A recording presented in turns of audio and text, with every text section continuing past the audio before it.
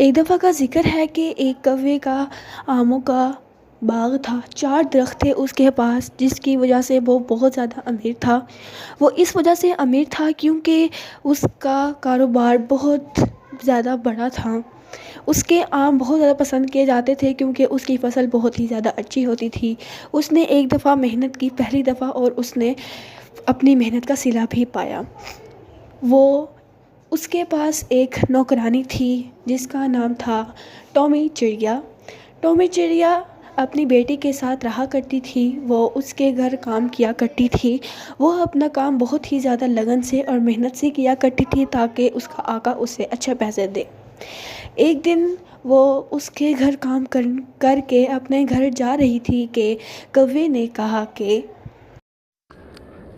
अरे टॉमी चिड़िया, मैं चाहता हूँ कि तुम आज बहुत अच्छा और लजीज खाना बनाओ, क्योंकि आज मेरी एक दोस्त आ रही है। उसे बहुत ज़्यादा अच्छा खाना पसंद है। मैं उससे काफ़ी दिनों बाद ही मिलूँगा, तो मुझे बहुत अच्छा खाना चाहिए। तो मैं कुछ भी किसी चीज़ की ज़रूरत होगी तो तुम मुझे बता देना। मेरे नौकर तुम्हारे लिए वो मुहैया कर देंगे। ठीक है आका, आप जैसा कहें। मुझे बहुत ज़्यादा खाना बनाने आते हैं, मैं आपके लिए बना दूंगी और उस दोस्त को भी बहुत पसंद आएंगे। हमेशा हर खाना प्यार से बनाना चाहिए और प्यार से बनाएंगे तो वो अच्छा भी होगा। कौवे ने कहा कि अच्छा, ठीक है, तुम्हें जो खाना चाहिए बनाने के लिए चाहिए मुझे बता दो। मैं मंगवा देता हूँ। ठीक है जनाब, आप जैसा कहें। मैं उनके लिए लजीज खाने तैयार कर देती हूँ 10, और फिर उन आपको कोई भी मायूसी नहीं होगी मुझसे। वो खाना बनाने लग जाती है। जब वो खाना बना लेती है तो थोड़ी देर बाद ही उसकी दोस्त तोती आ जाती है। वो बहुत ज़्यादा स्टाइलिश टाइप सी होती है। वो ऐसे लगती है जैसे पता नहीं कहाँ की शहज़ादी है, शौखी सी थी। क्या आप उसकी दोस्त हैं कौवे आका की? जी हाँ, मैं कौवे आका की दोस्त हूँ। क्यों, आपको कैसे पता? क्योंकि मैं उनकी नौकरानी हूँ, मैं उनके घर काम करती हूँ।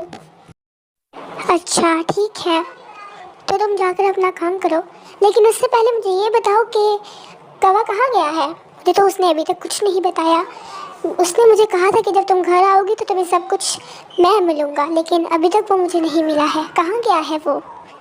वो तो गए हैं किसी काम से, गोरी कवि के उनके काम से गए हैं, बस आते ही होंगे। आप बिल्कुल फिक्र ना करें, मैं उनसे कभी बात नहीं करूंगी। अभी उसने कहा ही था कि फ़ौरन कौवा आ गया। उसने कहा कि गुस्से में, आ गई है आपको मेरी याद? शुक्र है कि आपको मेरी याद आ गई। आप तो हर वक्त अपनी बीवी की ही तरफदारियां करते रहते हैं, कभी हम पर भी गोर डाल दिया करें। हम भी आपकी दोस्त हैं। अरे हाँ हाँ, मेरी बचपन की दोस्त, मुझे याद हो तुम।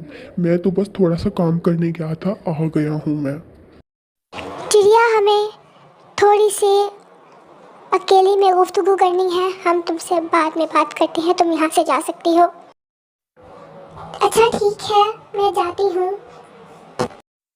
चिड़िया सोचती है कि अगर उनका कुछ ज़्यादा ही बातें हो रही हैं, अगर ऐसा हुआ तो बेचारी गोरी कवि तो ऐसे ही रह जाएगी। उसने कहा कि मैं उसको बताऊंगी कि ये आई है उसकी दोस्त और पता नहीं क्या क्या करने पे लगी हुई है, उसकी सोच पता नहीं क्या है। वो फ़ौरन बाग में जाती है क्योंकि उसे पता था कि गोरी कवि उसे बाग में ही मिलेगी। तो वो उससे कहती है कि मैडम मैडम, एक उसकी दोस्त आई है आका की। वो पता नहीं कैसी है, बहुत ज्यादा हंस हंस कर बात कर रही है। मुझे तो लगता है कि कुछ और ही चक्कर है उनका। अरे नहीं नहीं, अगर ऐसा कोई चक्कर होता तो वो मुझे बता देते। नहीं नहीं, उनका पता नहीं क्या ही है। वो तो ऐसे बात करती हैं जैसे तो वो आपको हटाकर आपकी जगह ले लेंगी। वो उनको जाल में फंसा रही हैं। आपको उनके पास जाकर बचाना ही होगा अपने आप को। तो वो फ़ौरन चली जाती है वहाँ पर और वहाँ जाकर वो उससे कहती है कि तुम फ़ौरन यहाँ से चली जाओ वरना ये तुम्हारे लिए अच्छा नहीं होगा। वो उसे डराती है और वो वहाँ से चली जाती है। इस तरह चिड़िया गोरी कवि को बचा लेती है।